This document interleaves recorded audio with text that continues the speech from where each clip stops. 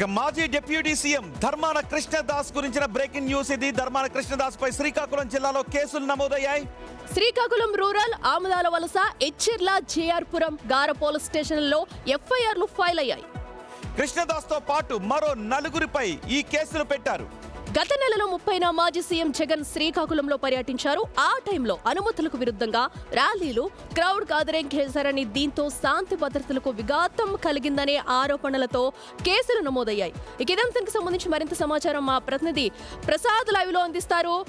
ప్రసాద్, మొత్తంగా ఎన్ని కేసులు నమోదు చేశారు? ఎందుకంటే అనేక పోలీస్ స్టేషన్లో కేసులు నమోదవుతున్నాయి. ధర్మాన ప్రసాద్ ఎక్కడున్నారు?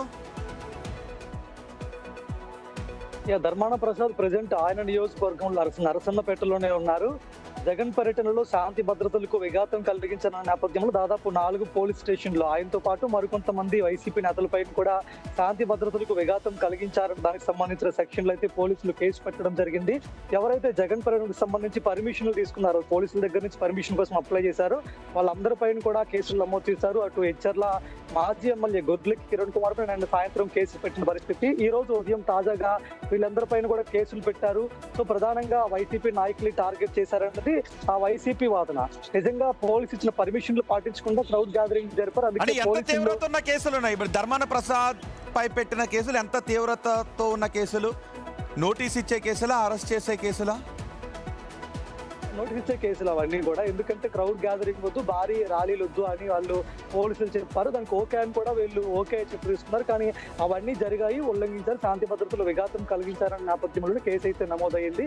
సో నోటీస్ ఇచ్చి జస్ట్ విచారణకు పిలిచి జస్ట్ మాట్లాడే అలాంటి తీవ్రత ఉన్న కేసులే, పెద్ద తీవ్రత ఉండే కేసు అయితే మాత్రం కాదు. దీనిపైన వైసీపీ కూడా పెద్దగా స్పందించడం లేదు, జస్ట్ ఊరికే చెప్తున్నారు.